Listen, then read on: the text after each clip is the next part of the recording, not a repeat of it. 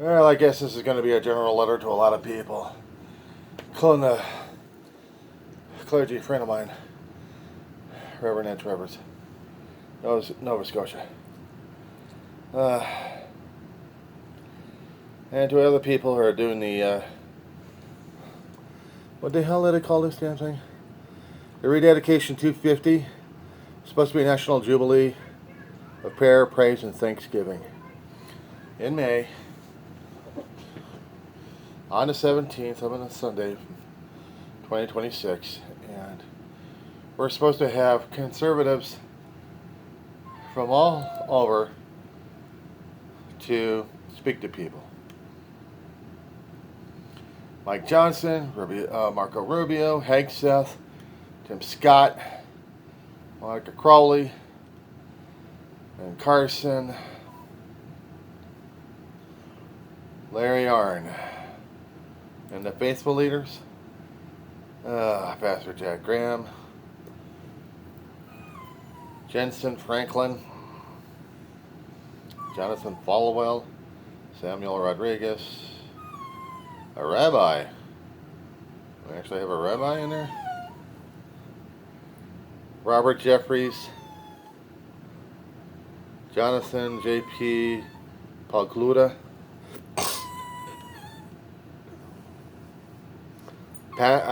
Paula White,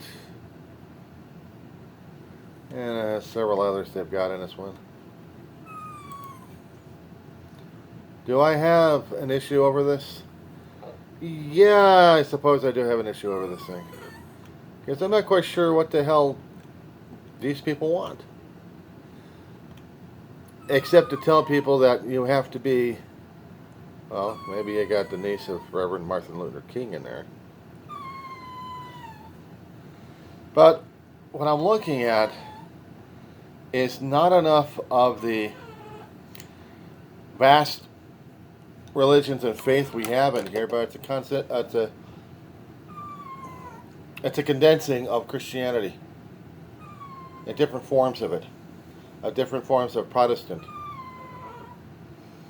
I don't see a Catholic priest. I saw one rabbi in there. I didn't see an imam or an. How's it pronounced? Hang on, give me a second here. Awesome. Okay, and I didn't see any listings for any imams. Nothing. So basically, we're dealing with conservative viewpoints of being Christian or being Christian nationalists. And with the politicians I've seen in this one that are pushing it down people's throats left and right, I have issues over this. Now, I know I've been coming across other people who feel that they should try to take a stand on it and say, well, Christian nationalist is the only thing we need to do in this country, of the United States of America. But our country was created under pluralism. Imperfect as it was. And at the time, we were dealing with slavery issues. It nearly took about a century later until we had to have a war over it. And to have an understanding about human rights. It took another century or more to really work on human rights issues. And conservatives didn't like it. They wanted it back to 1860s again. They liked the slavery and they liked putting people down because their egos were built that high. And the list I see are the people who have ego. I don't see a balance. This is like a rededication to God, that our country will follow God. Well, I think God would probably say, well, okay, but how about everybody else on here? Well, we're all Christians. And I think Christ would say, are you now?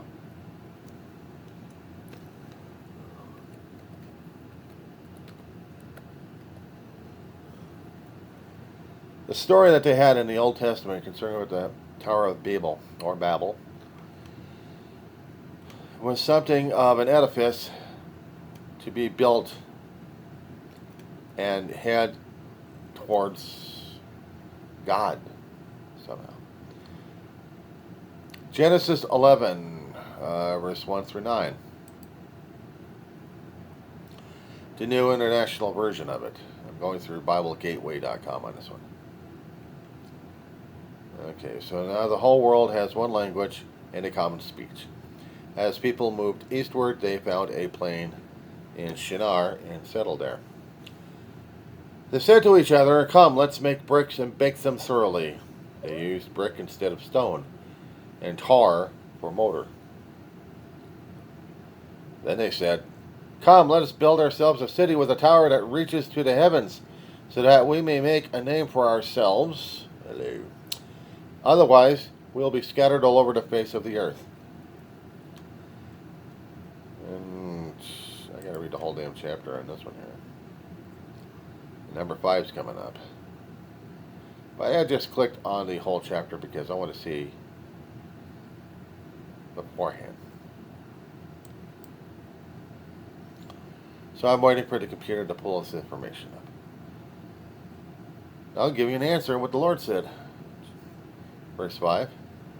But the Lord came down to see the city and the tower the people were building. The Lord said, If as one people speaking the same language they have begun to do this, then nothing they plan to do will be impossible for them. Come, let us go down and confuse their language so that they will not understand each other.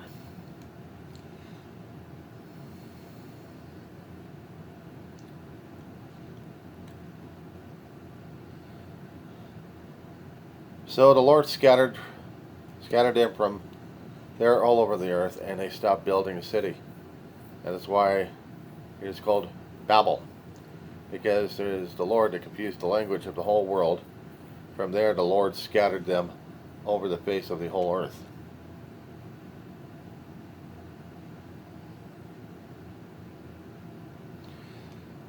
So how do you deal with this one?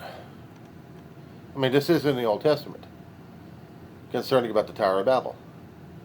And I had heard about this story when I was growing up as a kid. I had received a storybook record with comic illustrations in it. I wish I kept that damn thing. And it was very informative because it put it into a perspective on how I would look at the Bible when they were telling me other things in there. I was reading the King James versions of it. It gets very wordy with different older language on it. That's why there's been so many revisions trying to revise the whole thing, but they're trying to keep the same. They were trying to keep the similar aspects of it. Did they lose any or not? There's been multiple artist impressions concerning about the Tower of Babel, whether or not if this thing was actually there or not. It probably withered away and blowing in dust. I mean, they were doing bricks instead of stone. But stone also has a way of disintegrating itself too over time. Give it enough weathering, it'll be weathered down to rounded stones and rounded edges and stuff. But still, maybe God had a problem concerning about people in a certain way, in a certain fashion, that they were focusing more on themselves instead of building something that would be tribute to God. But it was basically a tribute to man. With all the shit we keep putting up on the earth, a tribute to our own genius, our own egos, I'm surprised they haven't been weathered down or broken into pieces left and right just yet. But we're supposed to be showing tomorrow for Sunday how we are dedicating ourselves to God. How is everything dedicated to God? God split us apart, made us have different viewpoints of looking at Him. A long time ago in my videos, I had tried to explain something in a scientific term, or maybe in one particular journalistic term that they could understand. The cover art of Pink Floyd? Yeah. Pink Floyd, The Wall. Or, no, wait. Hold on. I'm screwing up that one. Dark Side of the Moon. Hold on a second. I need to do something real fast. Okay. Dark Side of the Moon album. All right. Okay. It was Pink Floyd. It was created back in 1973. Now you can Google it if you need to. But if you look at the image of it, this is an image of physics. The picture of it is of a pyramid, presumably a crystal pyramid. 4 sides, and one particular aspect or one particular angle going near to the apex is a beam of light going into it. Out of it comes the rainbow. Spectrum, they would call it. A spectrum. In astronomical terms, redshift, blue shift, Hubble had this discovered.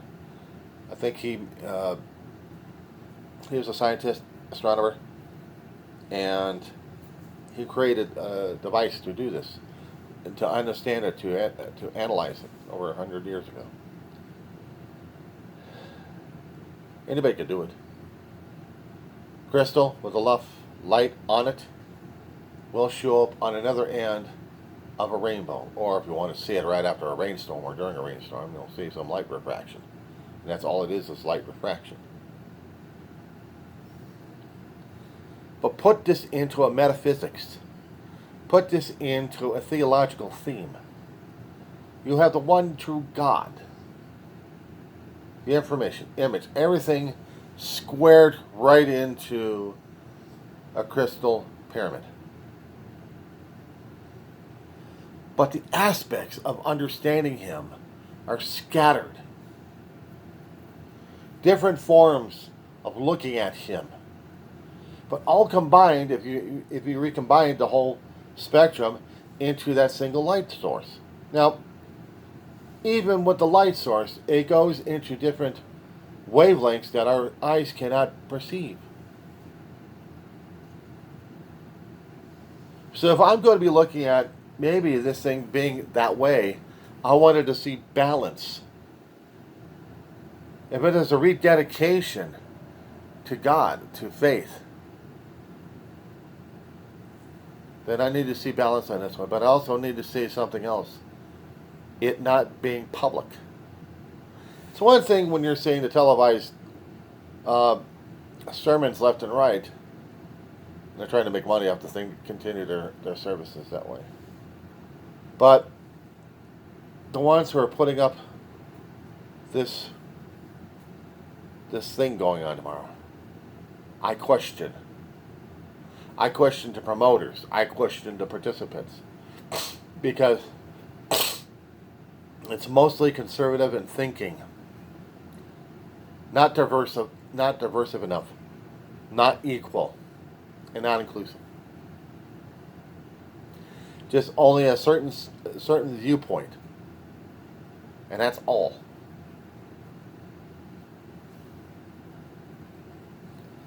So yes, I had an issue over this.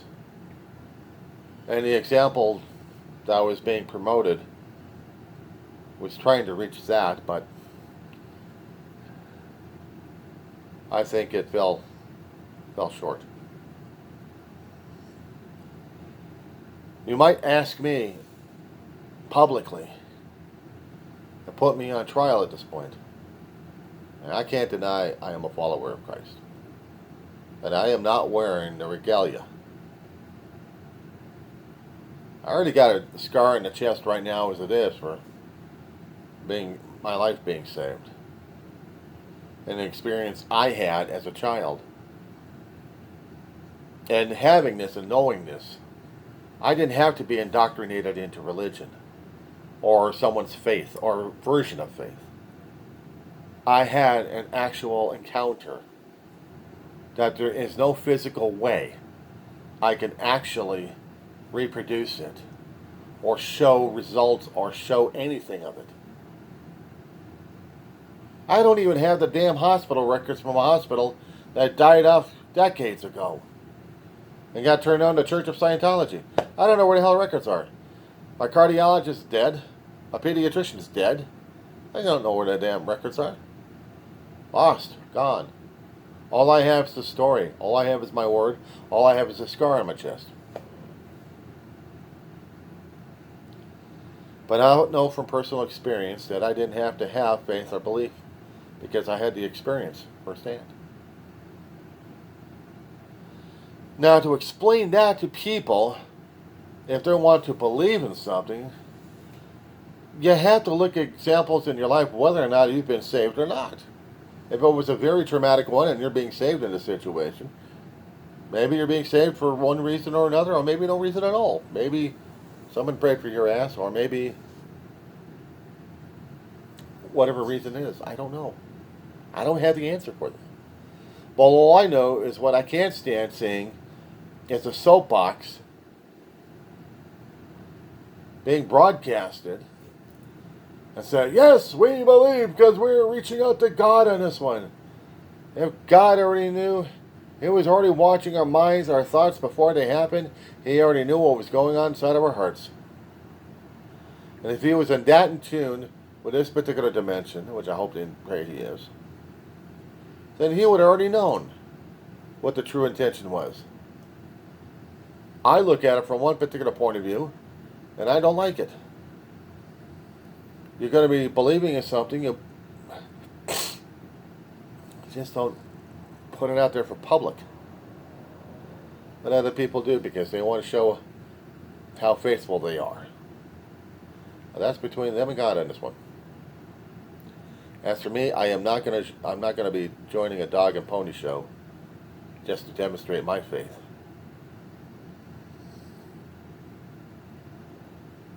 What has already been explained in the New Testament, Matthew, Mark, Luke, and John, at the gathering Jesus had made. Sermon of the Mount, they called it. And those were mentioned of what He has suggested and expected. But I hadn't seen this in action. With all these big mouths that I've seen who are trying to gather more and more spotlight, more ego for them, they hadn't demonstrated it. Not that I have witnessed. Not that I have seen. Not that I have encountered or understood. They can mouth the words. The intentions in their hearts and their actions would speak otherwise. And I'd seen none of it.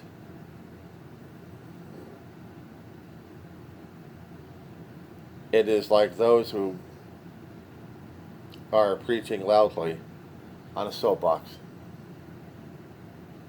saying that they're the voice of God and you should listen to them. I'm telling these jokers, don't buy your bowl. I don't buy the manure that you're selling or the piss water you're promoting as a cure-all for everything.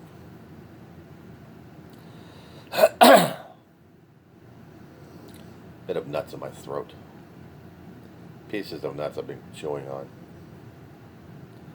I've been chewing on these things for digestive purposes.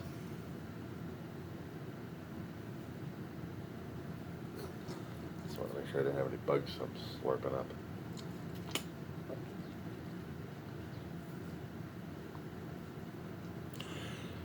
They can dedicate, they can say whatever they want.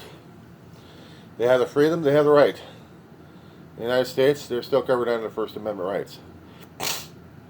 What I will not support is pushing a religious agenda constantly on everybody and saying you have to follow this way, you have to be this way because we say so. We're trying to dedicate our thing to God, and the only way you're going to be able to do that is by following our way, because that's the only way. Is it? Yes, we say so. And I'll say no. I'll say no. God will challenge me on that one, probably. Jesus will too. Maybe I'll get a visit from Muhammad. Maybe I can have a discussion with the gentleman. Gandhi would have been nice.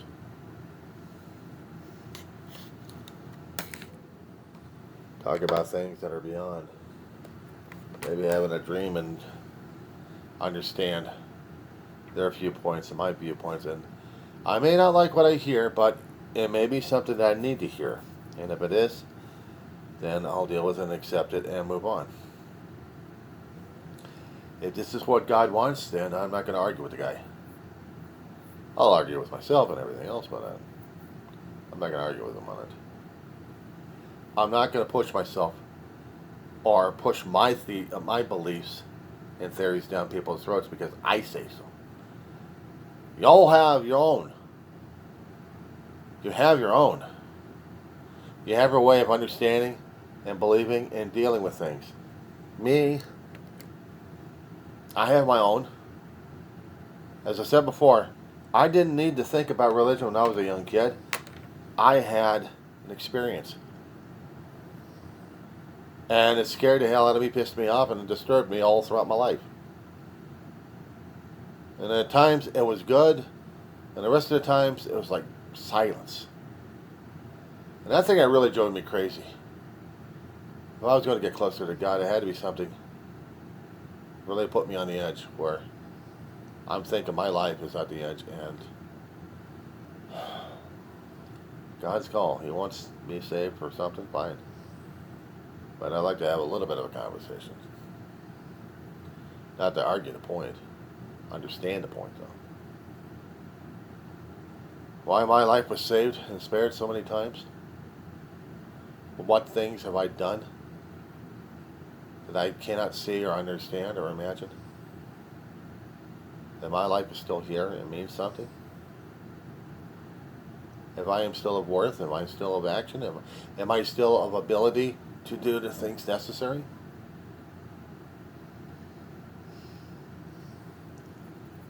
Even to take care of a dog? That means a great deal to me. I don't know. I wish I knew. But I have to have faith in something and believe in something. I'm still here for something, so I still got to live. But I'm not going to be forcing my stuff down people's throats, not even with a damn bullhorn or a megaphone. I'm going to be standing on the thing. I'm forcing my stuff down your throats, and you're going to listen to me because I say so. I'm saying on behalf of God, but I say so. Right, sure. That being said, guys.